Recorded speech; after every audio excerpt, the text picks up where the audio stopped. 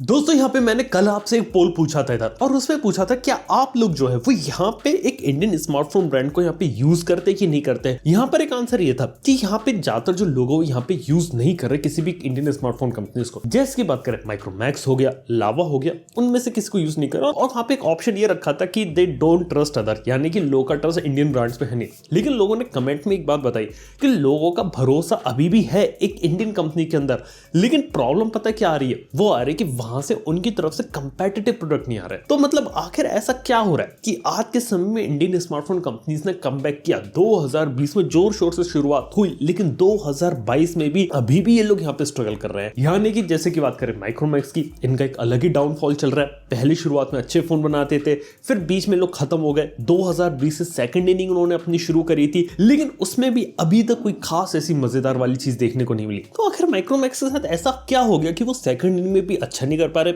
चलिए इस बात को यहाँ पे पता लगाते हैं। तो सबसे पहले just one of the key reason ये कि माइक्रोमैक्स ने जो अपना सेकंड कमबैक किया था ना, वो कमबैक उन्होंने अपना प्रोडक्ट के दम पे नहीं किया था, वो किया था अपने नेशनलिज्म के दम पे। अगर उनका पूरा मार्केटिंग कैंपेन देखोगे शुरुआत के अंदर जो इन मोबाइल्स के अंदर लेके आए थे, वहां पे वो नेशनलिज्म दिखा रहे थे। और यहाँ पे प्रॉब्लम ये रहती है कि लोगों को नेशनलिज्म ये सब चीजें एक्साइट करती है, लेकिन प्रोडक्ट वो तभी खरीदते हैं जब उस सामने वाले प्रोडक्ट के अंदर दम होता है। हालांकि शुरुआत में उन्होंने जो फोन निकाले थे वो कुछ अच्छे फोन थे, अच्छी स्पेसिफिकेशन दे रहे थे, सही प्राइस पे आ रहे थे, लोगों को ये चीजें कुछ पसंद आई थी, जो लोग सुनना चाहते थे उन्हें वो चीज वहां पे मिली थी। लेकिन बात ये कि यहाँ पे प्रोडक्ट इतना चला नहीं, क्योंकि देखा है तो इंडियन मार्केट में यहाँ पे लोग होते हैं प्राइस कॉन्शियस। और कोई भी आदमी यहाँ पे अगर कोई भी मोबाइल फोन लेने वाला है, चाहे वो 6,000 रुपए का भी फोन लेने वाला हो या फिर 60,000 का, वो चाहेगा कि उसको उसके पैसे की बेस्ट वैल्यू फॉर मनी मिले। यानी कि वो ब्रांड वैल्यू देखेगा, फीचर्स देखेगा, सारी चीजें देखेगा और उसके बाद फोन लेगा। और किसी भी एक चीज में अगर कोई कमी रह जाती है ना, लोग हमेशा दूसरी तरफ भाग जाते हैं। यानी कि ये समझने की जरूरत है कि नेशनलिज्म दिखा के आप लोगों को आकर्षित करते हो अपनी तरफ, लोगों का ध्यान अपनी तरफ खींच सकते हो, लेकिन क्या फोन बेच सकते हो? ये बात शायद माइक्रोमैक्स को बाद में समझ में आ गई और बाद में आगे चल के उन्होंने इस चीज का यहाँ पे कोई यूज करा भी नहीं। लेकिन ये बात यहाँ पे समझ में आ गई कि इंडिया में कोई भी प्रोडक्ट अपनी क्वालिटी के दम पे बिकता है, ना कि वो किस कंट्री का। क्योंकि अगर ऐसा हो रहा होता ना, तो आज के समय में इंडिया में सिर्फ और सिर्फ इंडियन स्मार्टफोन ब्रांड्स ही बिक रहे होते, दूसरी कोई कंपनी सैमसंग एप्पल तक को कोई नहीं पूछ रहा होता। लेकिन कहानी यहाँ पे काफी ज्यादा अलग है। खैर ये सब कहानी अलग हो जाती है, लेकिन इसके साथ जो अगली बड़ी दिक्कत जो मेरे को माइक्रोमैक्स के साथ लगी वो थी कि वो अपने आप को एक स्टार्टअप की तरीके से ट्रीट कर रहे थे। यानी कि एक जमाने में माइक्रोमैक्स एस्टैब्लिश ब्रांड था और अभी जो इन मोबाइल निकल के आया है वो एक स्टार्टअप की तरीके से बिहेव कर रहा है। अब सिंपल सा मतलब ये कि जो बड़ी कंपनी होती है मोबाइल फोन बनाने वाली, उसके पास एक पूरा एक रोड मैप तैयार होता है और उस रोड मैप के अंदर उनको पता रहता है कि उन्हें अभी ये फोन निकालना है, फिर ये निकालना है, फिर ये निकालना है। और हर बड़ी कंपनी पहले से डिसाइड करके रखती है कि इस साल उन्हें इतने फोन लॉन्च करने, अब लॉन्च करने। यानी कि दिवाली की सेल आएगी तब हम ये लॉन्च करेंगे, फ्लिपकार्ट का बिग बिलियन डे आएगा तब ये लॉन्च करेंगे, गर्मी आएंगी तब ये करेंगे, सर्दी आएंगी तब ये करेंगे। पूरा एक प्लान स्ट्रक्चर रहता है कि कौन सा फोन कब करना है। और दिसंबर में कोई फोन लॉन्च करने वाले होंगे ना, कंपनी तैयारी आज से चालू हो चुकी होगी उनकी कि हाँ ये फोन है, ये हमें लॉन्च करना है, इसकी तैयारी कर लो अभी से। लेकिन जैसे ही हम शायद माइक्रोमैक्स की तरफ से आते हैं तो वहां पे ऐसा लगता नहीं है। मेरे को क्या लगता है कि वो स्टार्टअप इस तरीके से बिहेव करता है कि उसको जब जो चीज मिलती है वो तब लॉन्च कर देता है। यानी कि उनके पास कंपोनेंट इकट्ठे हो गए, उनके पास पार्ट्स आ गए, उन्होंने एक फोन बना लिया, बोला तैयार है, अभी मार्केट में लॉन्च कर देते हैं। ये जो प्लानिंग की जो कमी है ना वो है यहाँ पे। यानी कि एक आध फोन लॉन्च कर दिया, उसके बाद लंबे समय तक गायब हो गए, उसके बाद दोबारा से आते फिर एक फोन यहाँ पे लॉन्च कर देते जो उन्हें लगता है उनके हिसाब से ठीक है। और यहीं पे जो छोटी सी कमी है, यानी कि आप एक फोन लॉन्च कर दो, उसके बाद काफी लंबे समय से अगर मार्केट से गायब हो जाओ तो लोग आपको यहाँ पे भूल जाते हैं और लोगों को याद दिलाना पड़ता है। इसलिए काफी सारी कंपनियां हर महीने कुछ ना कुछ करती रहती है, कुछ इवेंट करती है, कुछ फोन लॉन्चेस करती है, कई बार एक्सेसरीज अलग से निकाल देती है ताकि कम से कम लोगों को पता तो रहे कि ये ऐसा ब्रांड एग्जिस्ट करता है। माइक्रोमैक्स काफी लंबा गैप ले रही है अपने मोबाइल फोन के लॉन्चेस में और उसके बाद यहाँ पे फोन लॉन्चेस कर रही है। ये एक छोटी सी प्रॉब्लम होगी। इसके साथ ही एक और प्रॉब्लम यहाँ पे लगती है, वो है अपडेट का प्रॉमिस करके उसे डिलीवर नहीं कर पाना। अब देखो माइक्रोमैक्स ने बोला था कि हम स्टॉक एंड्रॉइड रखेंगे, अपडेट देंगे, फोन के अंदर डिलीवर करेंगे, लेकिन काफी सारे लोग ऐसे जो परेशान हुए अपडेट के कारण कि अपडेट नहीं आए, उन्हें लगा था कि स्टॉक एंड्रॉइड वाला फोन है हम लेंगे और अपडेट नहीं मिल रहा। ऐसी जब प्रॉमिस अगर आप करते हो और लोगों को जब देते नहीं हो तो यहाँ पे ट्रस्ट टूटता है और लोग फिर आपका अगला डिवाइस लेने से कतराते हैं। और ये कुछ चीजें उन्होंने पास में फेस करी थी कि पास में माइक्रोमैक्स के फोन में अपडेट नहीं आते थे और इस प्रॉब्लम को दूसरी कंपनीज ने अपने अलग अलग ढंग से संभाला। अभी इस मार्केट में क्या हो गया है कि यहाँ पे अगर आप कोई प्रॉमिस कर रहे हो स्मार्टफोन मार्केट में तो उसे डिलीवर करना जरूरी है। कुछ यहाँ पे अच्छे एग्जांपल्स है, जैसे Xiaomi ने प्रॉमिस किया था काफी सारे फोन्स में एमोलेड स्क्रीन देगा। रेडमी की देखो काफी सारे फोन जो 15,000 के ऊपर आ रहे हैं उनके अंदर एमोलेड स्क्रीन देखने को मिल रही है। एक आध दो फोन को छोड़ दे तो सभी अच्छे एमोलेड डिस्प्ले के साथ आ रहे हैं। Realme ने प्रॉमिस किया था कि 15,000 के ऊपर वो अगर 5G वाले फोन्स लेके आएंगे इस साल तो 15,000 के ऊपर के लगभग सभी फोन्स के अंदर वो 5G दे रहे हैं, जिसकी बेस वर्जन कीमत 15,000 से है। ऐसे ही बात करें यहाँ पे तो यहाँ पे सैमसंग वालों ने प्रॉमिस किया अपडेट्स का, और वो अपडेट यहाँ पे अपने फोन के अंदर टाइम से डिलीवर कर देते हैं। मोटोरोला ने बोला हम एक क्लीन स्टॉक एंड्रॉइड पे जाएंगे, तो स्टॉक एंड्रॉइड पे वो स्टिक किया और वहाँ पे उन्हें स्टॉक एंड्रॉइड का अच्छा लुक एंड फील दे रहे हैं।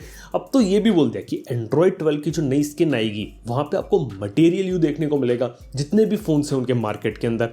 जी हाँ, तो यहाँ पे आप देख सकते हो। हालांकि देखा तो मोटोरोला का काफी अच्छा एग्जांपल हो जाता है यहाँ पे कि किस तरीके से वो कुछ साल पहले तक मार्केट में नॉन एग्जिस्टेंट थे, लेकिन अभी अच्छे फोन्स निकालते निकालते बहुत ही सही पोजीशन उन्होंने गेन कर लिया। मतलब अभी पिछले एक साल के अंदर उन्होंने एक भी कोई ऐसा खराब फोन नहीं निकाला जिसे हमें रिकमेंड नहीं कर सकते लोगों को। आपको यहाँ पे काफी सही फोन देखने को मिल रहा है और कम से कम उन्होंने अपने कोर चीज को पकड़ रखा और जो फीडबैक दिया कंपनी को वो उन्होंने वहां पे इंप्रूव किया। मोटोरोला भी यहाँ पे काफी सही काम कर रही है और ये लगता है कि इंडियन कंपनीज को मोटोरोला जैसी कंपनी से भी सीखना चाहिए। इसके साथ ही बात है कि यहाँ पे माइक्रोमैक्स ने बहुत बड़े बड़े वादे करे थे।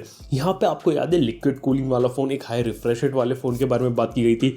एक साल से ज्यादा हो गया कुछ नहीं आई। ऐसी बात करें माइक्रोमैक्स के 5G फोन के बारे में, एक साल से ज्यादा हो गया हम लोग सुन रहे हैं कि 5G फोन आएगा। लोग भी एक्साइटेड है क्योंकि लोग चाहते हैं आज के समय उनके फोन के अंदर 5G हो। 15,000 के ऊपर 20,000 के ऊपर हर फोन में 5G आ रहा है, हर कंपनी पे 5G दे रही है।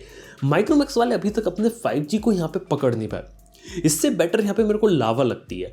लावा में बात है कि उन्होंने अग्नि फोन निकाला। अब मैं ये नहीं कहूँगा कि अग्नि फोन आज के समय में बेस्ट हुआ था, लेकिन जिस पर्टिकुलर टाइम पे वो आया था उस पर्टिकुलर टाइम में मार्केट काफ़ी अलग था और उस समय के हिसाब से काफ़ी अच्छा और एक सॉलिड फोन बनाया था उन्होंने। उसको हमने डेफिनेटली रिव्यू किया था, लोगों को पसंद भी आई थी वो चीज़। कुछ चीज़ें फोन के अंदर सही तरीके से की गई थी और एक हेड टू हेड कॉम्पीट कर रहा था। कम से कम लावा जैसी कंपनी ने कोशिश करी, 5G फोन लेके आई। माइक्रोमैक्स ये चीज़ नहीं कर पाए। हालांकि अगर मैं लावा माइक्रोमैक्स को कंपेयर करूँ तो लावा को हम थोड़ा अंडररेटेड समझ लेते हैं, लेकिन वो यहाँ पे प्रोडक्ट्स काम करते रहते हैं, काफ़ी सारी चीज़ों में लगे हुए। इवन उनके पास मैन्युफैक्चरिंग फैसिलिटीज़ वगैरह भी है जहाँ पे वो दूसरे लोगों के लिए अलग अलग प्रोडक्ट्स बनाते हैं। शायद इसीलिए हो सकता है लावा वाले अपना IPO वगैरह ला रहे हो। और हाँ, लावा के जो TWS ट्रू वायरलेस ईयरफोन्स होते हैं ना, ये भी मार्केट में लगातार लाते रहते हैं। यानी कि लावा कहीं ना कहीं मार्केट के अंदर जिंदा है। लेकिन माइक्रोमैक्स देखा जाए कुछ प्रोडक्ट्स लाके बहुत लंबे समय तक शांत हो जाता है ना, ये कुछ यहाँ पे प्रॉब्लम लगती है। इसके साथ ही कुछ लोगों को शुरुआत में इसकी क्वालिटी कंट्रोल को रिलेटेड इश्यूज आए थे। उसके बाद सर्विस सेंटर्स की क्वालिटी के भी आए कि सर्विस ये लोग उतने अच्छे तरीके से नहीं प्रोवाइड करवा पा रहे हैं। तो हाँ, कुछ ऐसी रिपोर्ट्स आई थी। लेकिन फिर भी एक अच्छी बात यहाँ पे है कि लोग का यहाँ पे भरोसा कायम है। और अगर माइक्रोमैक्स जैसी कंपनी अगर दोबारा से कमबैक करना चाहे तो ये चीज़ यहाँ पे उनके लिए अभी भी पॉसिबल है, क्योंकि लोग चाहते कि अभी भी एक इंडियन कंपनी आए और अच्छे प्रोडक्ट्स बनाए। अब समस्या आती है कि आखिर उनको यहाँ पे क्या करना चाहिए। देखो, सबसे पहली चीज़ तो यहाँ पे कोर मार्केट को समझो कि आप ये समझो कि कंज्यूमर यहाँ क्या चाहता है, और 2-3 चीज़ें उनके लिए मैंडेटरी। सबसे पहली चीज़ यहाँ पे उनके फ़ोन के अंदर 5G होना चाहिए। भले इंडिया में 5G नहीं आया, लेकिन जो हाइप मैंने देखी है 5G के लोगों के बीच की, चाहते हैं आज के समय उनके अंदर 5G हो, ज़्यादा से ज़्यादा बैंड्स हो 5G के, ये चीज़ चल रही है। इसके साथ मेरा एक सजेशन रहा है कि एमोलेड स्क्रीन, लोगों को एमोलेड स्क्रीन बहुत पसंद है। रेडमी ने कमाल करके दिखा दिया था 120 हर्ट्ज एमोलेड दाके, वो चीज़ देखा है तो आज तक दूसरी कंपनी रेप्लिकेट नहीं कर पाई ऐसी स्ट्रैटेजी। ये कहानी है। और ऐसी बात किया तो लोग स्टॉक एंड्रॉइड को पसंद करते, लेकिन आज के समय में चाहते कि प्योर स्टॉक एंड्रॉइड टीम थोड़े बहुत कस्टमाइजेशन, थोड़े बहुत फीचर्स डाल दे और जो पिक्सल वाला जो मटेरियल यू आता है ना, वो यहाँ पे आपको देखने को मिल जाए। इसलिए वो यहाँ पे लोग इस चीज को पसंद करते हैं। इसके साथ ही बेटर सेल सर्विस दो और अपडेट का प्रॉमिस दो। लोग चाहते हैं उनके फोन के अंदर लेटेस्ट एंड्रॉइड का वर्जन जल्दी से जल्दी आए और अपडेट्स जल्दी आए। अपडेट में टाइम लेना, डिले करना, ये चीज लोगों को इतनी पसंद नहीं आती। लोग इससे थोड़ा सा इंपेशेंट हो जाते हैं। ये चीज पे यहाँ फोकस करने की जरूरत है और डेफिनेटली एक अच्छा कैमरा और एक अच्छा प्रोसेसर, ये कुछ चीजें यहाँ सीखने की जरूरत है। यानी कि ये देखो कि वो दूसरी कंपनियां क्या कर रही है और उनसे कुछ सीख के अच्छी चीजों को यहाँ पे निकालो। यानी कि माइक्रोमैक्स की मदद यहाँ पे शुरुआत में मीडियाटेक ने करी थी, अच्छे फोन यहाँ पे बनाए थे मीडियाटेक की मदद लेके। यहाँ पे देखा जाए तो उन्हें मीडियाटेक नए नए प्रोसेसर के साथ एक्सपेरिमेंट करने चाहिए। यूनी SoC के प्रोसेसर अच्छे वाले आ रहे हैं, अब स्नैपड्रैगन के अंदर आ रहे हैं। ऐसी चीजों पे फोकस करो जहाँ पे पे लोग उस चीज को खरीदना चाहते हैं। और डेफिनेटली एक सजेशन ये रहेगा इन सभी इंडियन कंपनीज के लिए कि एक अपना एक हीरो प्रोडक्ट निकाले, एक फ्लैगशिप लेवल का प्रोडक्ट निकाले, ये दिखाए कि हम भी हेड टू हेड कंपीट कर सकते हैं और एक अच्छा प्रोडक्ट यहाँ पे डिलीवर कर सकते हैं। 20-30 हज़ार में बहुत ही जबरदस्त फोन निकालो जो लोगों ने देखा नहीं है। और अगर ऐसी चीज अगर यहाँ पे करते हैं ना, इन्हें पब्लिसिटी और हाइप मिलती है। हालांकि बजट फोन निकाल के लोग बहुत ज्यादा पैसा बना सकते हैं, लेकिन बजट फोन बेचने के लिए एक बढ़िया हीरो प्रोडक्ट होना जरूरी है और ऐसा हर कंपनी करती है। रियलमी वाले GT सीरीज निकाल रहे हैं, Xiaomi वाले खुद Xiaomi 12 Pro निकाल रहे हैं, OnePlus का OnePlus 10 Pro आता है, Vivo का X70 सीरीज उन्होंने निकाली थी, Oppo की Reno सीरीज, Find सीरीज आती है, Samsung का S22 Ultra आ रहा है, Fold आ रहा है। इस टाइप के रिवोल्यूशनरी कुछ यूनिक प्रोडक्ट्स निकालो जो हीरो प्रोडक्ट है कंपनी का। अभी भी सबसे बड़ी जो लैग जो कंपनी करती है ना, वो उनका कोई हीरो प्रोडक्ट नहीं है जो कि कंपनी का एक सेंटर पॉइंट और जो कंपनी का जो विजन होता है वो रिप्रेजेंट करे।